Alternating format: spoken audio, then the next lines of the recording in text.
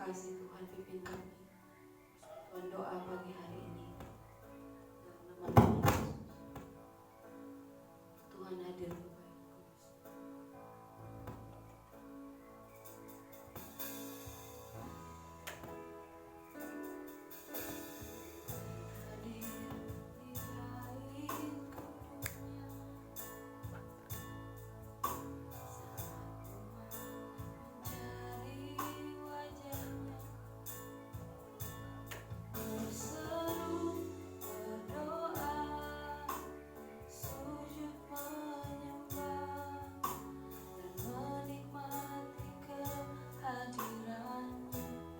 Tuhan mau dekat, Tuhan mau dekat dengan umatnya yang datang dengan senang hatinya, berseru, berdoa, sujud menyembah, menikmati kehadirannya.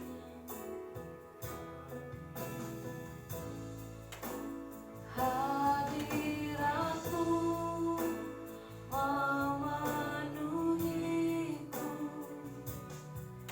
hadirat kudusmu penuhi baitku, dan ku tersungkur menyembahmu, yang ku nampak hanya kemuliaan-Mu.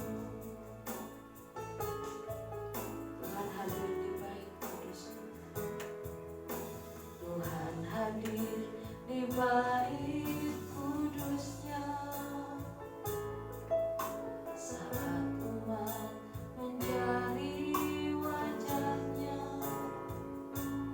berseru, berdoa, sujud menyembah, dan menikmati kehadirannya. Tuhan mau dekat dengan umatnya yang datang dengan segenap hatinya, berseru, berdoa, sujud menyembah, menikmati kehadirannya. Hadiratmu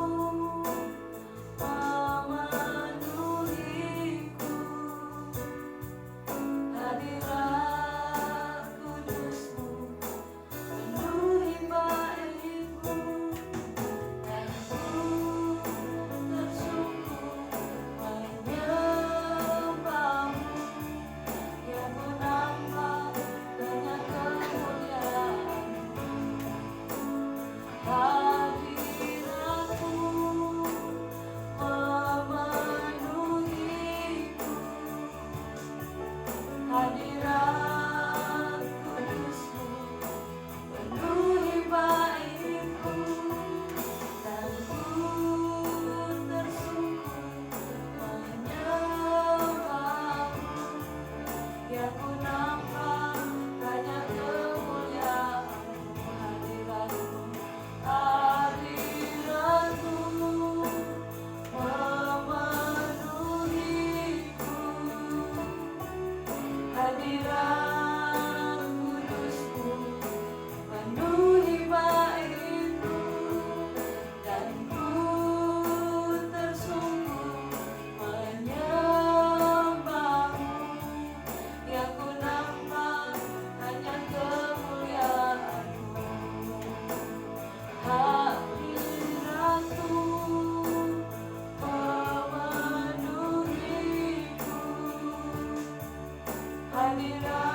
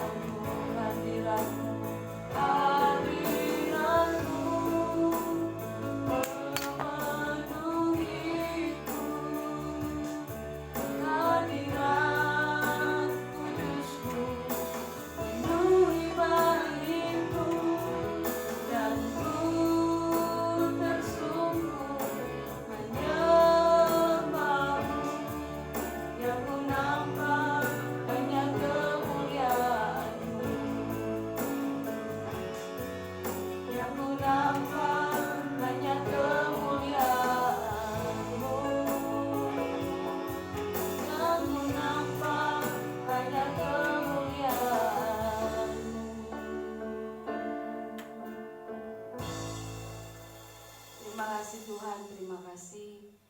Kami mengucap syukur Tuhan, biar pujian kami jadi kekuatan bagi setiap kami. Dalam hadirat Tuhan, kami merasakan bahwa Engkau Allah yang menjamah setiap kehidupan kami. Sebentar Tuhan, kembali firman-Mu akan kami dengarkan, kami renungkan. Kami percaya firman menjadikan kami anak-anak Tuhan, umat Tuhan yang kuat, teguh berdiri di dalam iman kepada Engkau. Terpujilah nama-Mu Tuhan. Di dalam nama Tuhan Yesus Kristus kami berdoa dalam kebenaran firman Tuhan. Haleluya, amin.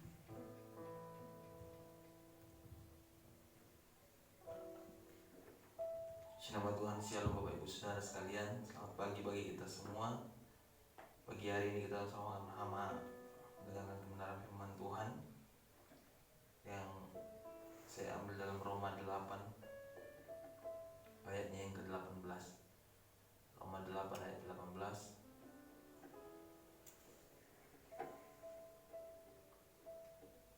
Sebab aku yakin bahwa penderitaan zaman sekarang ini tidak dapat dibandingkan dengan kemuliaan yang akan dinyatakan kepada kita.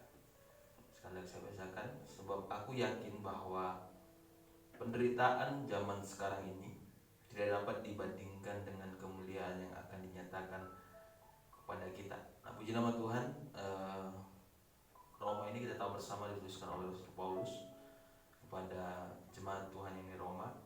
Meskipun saat itu dia tidak sedang berada di Roma, tapi dia mendengar bagaimana keadaan jemaat-jemaat Roma yang sampai ke telinganya. Dan di sana di Roma banyak anak Tuhan atau orang percaya yang harus menderita karena nama Yesus. Dan Paulus mengatakan bahwa penderitaan yang mereka alami ini, penderitaan mereka yang mereka alami itu tidak dapat dibandingkan dengan kemuliaan yang akan mereka terima setelah penderitaan itu. Nah, kita bisa melihat bahwa Paulus mengatakan hal ini bukan karena dia ingin menghibur hati jemaat di sana, tapi memang karena apa yang dinyatakan Paulus itu benar-benar real nanti terjadi. Karena penderitaan ketika kita di dunia tidak mungkin dapat dibandingkan dengan kemuliaan yang kita akan terima nanti di surga. Demikian. Nah, penderitaan di dunia ada banyak ya. Kalau saat itu memang orang Kristen diburu, orang Kristen dimusnahkan. Kalau yang kita alami saat-saat ini ada banyak penderitaan di dunia ini. Kalau di dalam peribadatan sekarang kita dilarang untuk beribadah sementara. Lalu masalah keluarga, masalah ekonomi, ada masalah lingkungan sekitar, ada masalah dari dalam diri kita, ada masalah dari luar diri kita. Ada banyak penderitaan, ada banyak masalah yang sebenarnya yang menuntun kita untuk tidak percaya kepada Tuhan, yang membuat kita untuk bosan mendengarkan firman Tuhan, yang membuat kita untuk tidak mau lagi percaya kepada Tuhan. Apalagi mempercayai sesuatu yang tidak kelihatan itu adalah hal yang susah. Nah, kemuliaan itu surga. Ya, kalau Alkitab mengatakan ketika kita mati, kalau kita mati dalam Tuhan, berharga di mata Tuhan. Kematian orang percaya ini bagian dari kemuliaan. Lalu firman Tuhan juga mengatakan kalau kita lulus dari pencobaan, kalau kita bisa hidup benar sampai akhir, kita akan menerima mahkota dan lain sebagainya. Itu kemuliaan-kemuliaan yang dijanjikan Tuhan di dalam kehidupan kita. Tapi yang paling utama kemuliaan di sini adalah surga. Ya, ada juga ayat mengatakan bahwa kematian kita ketika kita mati dalam Tuhan, kita dihormati Tuhan. Nah, tidak ada kemuliaan tanpa penderitaan, Bapak Ibu Saudara sekalian. Tidak ada kesuksesan tanpa usaha. Tidak ada kerja keras yang mengkhianati hasil. Artinya apa? Harus berbanding lurus antara kemuliaan dan penderitaan. Harus berbanding lurus antara penderitaan dengan kemuliaan yang dapat kita dapat kelak. Jadi jangan pernah bermimpi untuk bisa berhasil, untuk bisa mendapatkan sesuatu kalau tidak bekerja keras. Ya, tidak ada yang instan dalam hidup ini. Nah, kalau Bapak Ibu memperhatikan bahwa ketika sebelum mobil dijual, ya ini kendaraan, sebelum mobil dijual dia akan ada tes tabrak, tes uji tabrak ya. Ketika sudah tes uji tabrak akan ketahuan mobil ini kira-kira layak nggak untuk dipasarkan. Nah, kalau emas itu ada juga pengujiannya yang membuat dia apakah 24 karat atau 22 atau 20 atau 18 karat. Ya, berarti barang saja itu diuji supaya kelihatan apakah barang ini layak dipasarkan ataukah tidak. Ya. Bagaimana dengan orang percaya? Ya, penderitaan yang kita alami,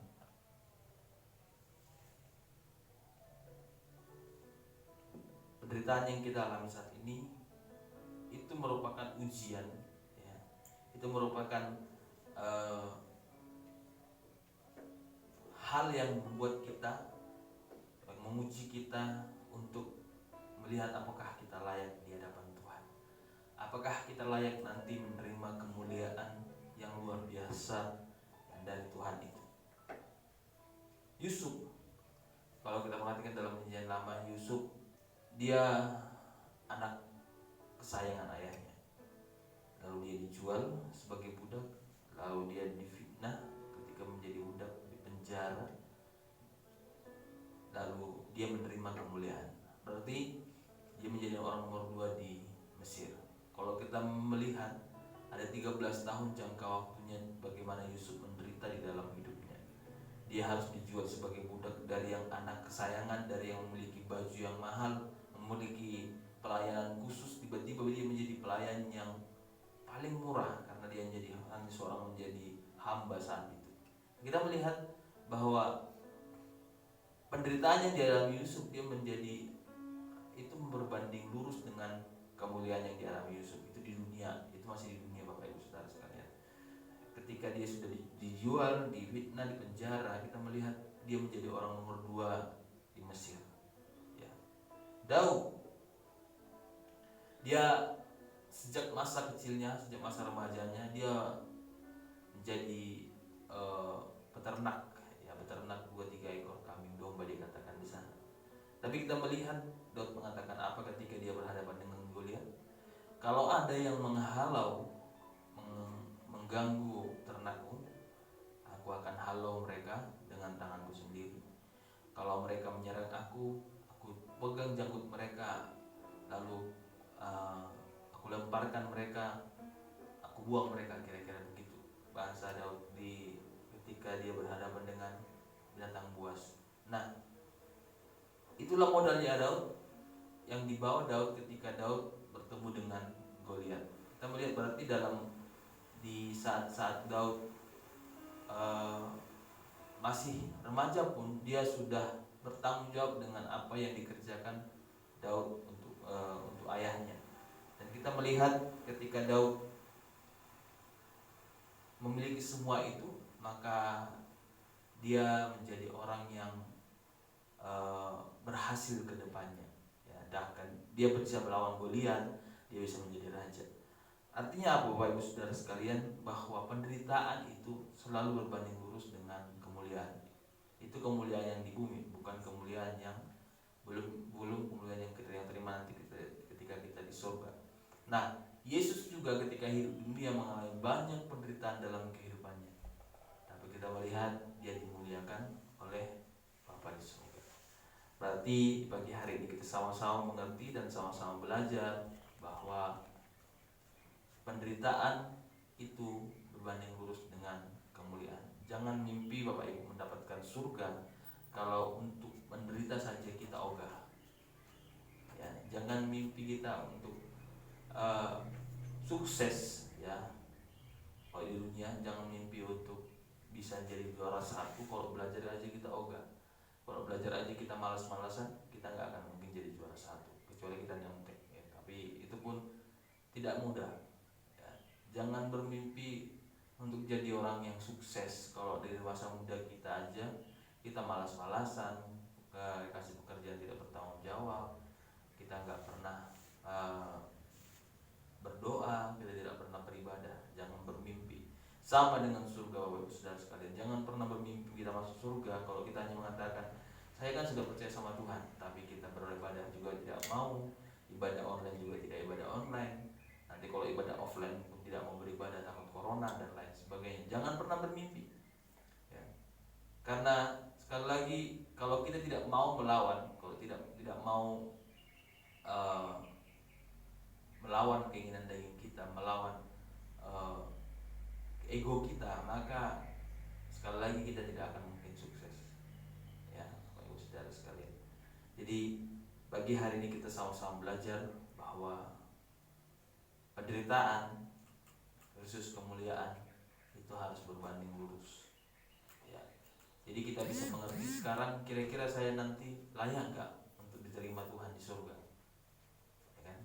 Kita bisa mengerti sekarang kira-kira nanti ketika kita sudah mati kira-kira layak nggak kita untuk menerima mahkota kemuliaan dari Tuhan, ya. Karena kita bisa nilai yang tahu diri kita sendiri adalah kita sendiri dan Tuhan, ya. Yang tahu Sonya adalah dia sendiri dengan Tuhan, yang tahu Joni adalah dia sendiri dengan Tuhan, ya. Dan kita bisa menilai kira-kira saya layak nggak kira-kira menerima kemuliaan yang akan dinyatakan Tuhan kelak dalam kehidupan kita, atau memang kita tidak layak untuk menerima kemuliaan itu. Jadi Bapak Ibu Saudara sekalian, mari kita mengerti kebenaran firman Tuhan ini supaya apapun penderitaan yang kita alami ke depan ini, termasuk tidak bisa beribadah ataupun nanti kalau boleh beribadah, kita siap untuk menang atas pencobaannya. Kita siap untuk menang atas penderitaan yang akan kita lalui. Kita siap untuk masuk ke dalam penderitaan. Jadi tidak lagi kita menghindar, tidak lagi kita mengeluh kepada Tuhan, kepada orang lain atau kepada ibu pendeta atau kepada siapapun karena penderitaan, tetapi kita bisa menang, kita bisa bertahan di dalam penderitaan karena kita tahu bahwa kemuliaan yang akan kita terima setelah penderitaan adalah kemuliaan yang luar biasa. Dan itu kata Paulus tidak mungkin bisa dapat dibandingkan, ya. Tidak mungkin memang dibandingkan yang fana dengan yang kekal, ya. Tapi itu tadi, untuk mempercayai sesuatu yang belum kelihatan itu sangat sulit Bapak Ibu Saudara sekalian, ya. Ada begitu banyak orang mengatakan tidak ada virus corona. Itu virus corona adalah konspirasi. Karena apa? Karena tidak kelihatan virus coronanya, tapi dampaknya kelihatan. Itu tentang virus corona saja. Dan ada orang yang tidak banyak orang yang ateis tidak percaya kepada Tuhan karena apa? Karena mereka tidak mengatakan tidak bisa melihat Tuhan, tidak bisa membuktikan secara langsung Tuhan di mana.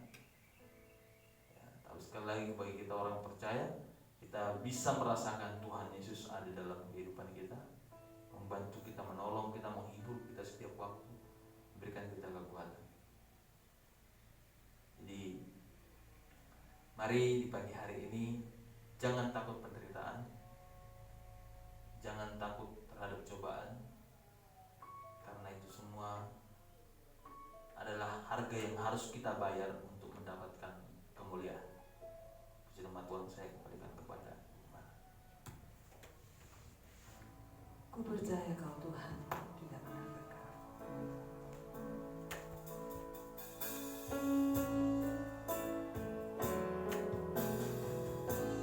Percaya Kau Tuhan yang tak pernah gagal, menjadikanku lebih dari pemenang. Ku percaya Kau Tuhan yang tak pernah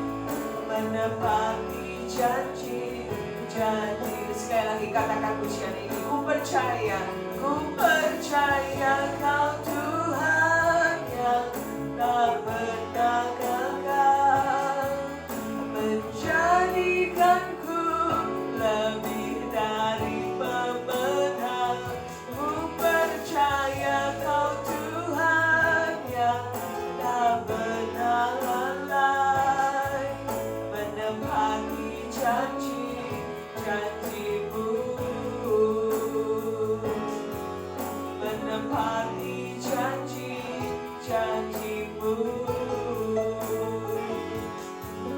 menepati janji-janji-Mu.